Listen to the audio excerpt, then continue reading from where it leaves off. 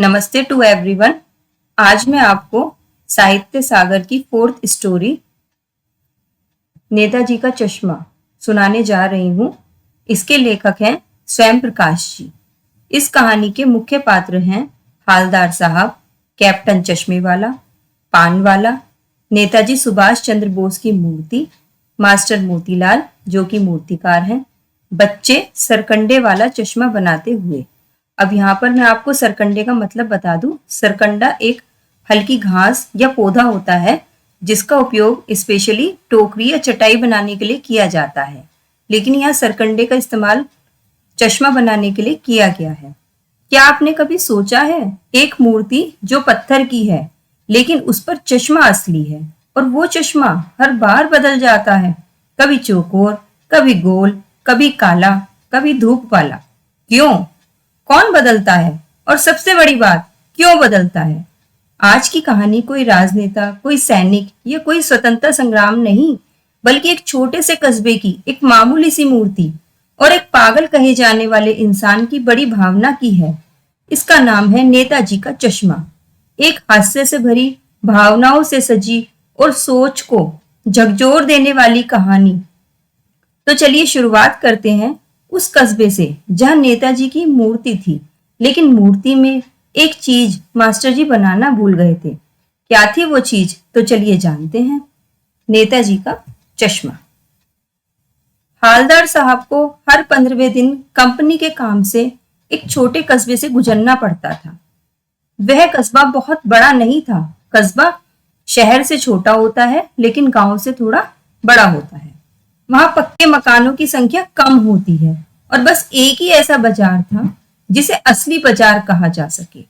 कस्बे में लड़कों और लड़कियों के लिए अलग अलग स्कूल, एक छोटा सीमेंट कारखाना, 2 खुले सिनेमा घर और एक नगर पालिका थी जो कभी सड़क पक्की करवाती, कभी पेशाब घर बनवाती, कबूतरों के लिए छतरी या कवि सम्मेलन का आयोजन भी करती रहती थी। एक दिन उसी नगर पालिका के किसी उत्साही अधिकारी ने मुख्य बाजार के चौराहे पर नेताजी सुभाष चंद्र बोस की संगमरमर की प्रतिमा लगवा दी। प्रतिमा मतलब मूर्ति, मिट्टी की मूर्ति या मार्बल की मूर्ति। यह कहानी उसी प्रतिमा के बारे में है, बल्कि प्रतिमा के एक छोटे से हिस्से के बारे में है। मूर्ति कैसे बनी इसकी पूरी जानकारी नहीं, लेकिन लगता है कि किसी अच्छे मूर्तिकार या बजट की कमी के कारण आखिरकार यह काम कस्बे के हाई स्कूल के इकलौते ड्राइंग मास्टर मोतीलाल जी को दे दिया गया, जिन्होंने मूर्ति 1 महीने में बना देने का वादा किया। मूर्ति सुंदर थी, संगमरमर की बनी हुई, बस्ट फार्म में, और नेताजी फौजी वर्दी में मासूम और प्रेरणादायक दिखते थे। मूर्ति को देखकर उनके प्रसिद्ध नारे याद आ जाते थे और यह सच में एक सराहनीय कार्य था। बस एक बात खटकती थी।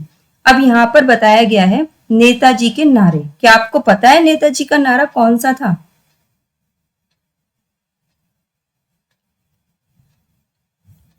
नेताजी की मूर्ति में एक कमी खटकती थी। उनके आंखों पर चश्मा नहीं था। संगमरमर का चश्मा तो नहीं था, लेकिन असली चौड़ा काला फ्रेम पहनाया गया था। जब हालदार साहब पहली बार वहां से गुजरे, उन्होंने यह देखा और उन्हें यह मजेदार और भावनात्मक प्रयास लगा कि पत्थर की मूर्ति पर असली चश्मा। यह सोचकर कि यह प्रयास प्रशंसा के लायक है, वे आगे बढ़ गए। अगली बार उन्होंने देखा कि मूर्ति पर चश्मा बदल गया है। अब तार का गोल चश्मा था। फिर तीसरी बार भी चश्मा बदला गया। अब यह हालदार साहब की आदत बन गई थी कि हर बार मूर्ति को देखकर चश्मे का निरीक्षण करना। वो यह सोचते थे कि बार बार मूर्ति का चश्मा कैसे बदल जाता है। एक बार जब जिज्ञासा ज्यादा हो गई तो उन्होंने पान वाले से पूछा कि चश्मा बदलता कैसे है। पान वाला मोटा और हंसमुख था। उसने पान थूका, हंसा और बताया, कैप्टन चश्मे वाला करता है। हालदार साहब अभी पूरी बात नहीं समझ पाए थे। पान वाले ने बताया कि नेताजी की मूर्ति का चश्मा कैप्टन चश्मे वाला बदलता रहता है। जब किसी ग्राहक को वही प्रेम चाहिए होता है जैसा मूर्ति पर लगा होता है, तो वह चश्मा नेताजी से उतार कर दे देता है और बाद में कोई दूसरा चश्मा पहना देता है। कैप्टन को बिना चश्मे की मूर्ति अधूरी लगती है, जैसे नेताजी को तकलीफ हो रही हो। हालदार साहब को यह विचार बहुत अनोखा और भावनात्मक लगा, लेकिन उन्होंने जब यह पूछा कि मूर्ति का असली चश्मा कहाँ गया, तो पान वाले ने हंसते हुए कहा, मास्टर बनाना भूल गया। असली मूर्तिकार मास्टर मोतीलाल दरअसल स्कूल टीचर था, जिसने मूर्ति तो बना दी, लेकिन पत्थर का पारदर्शी चश्मा बनाना भूल गया या बना नहीं सका।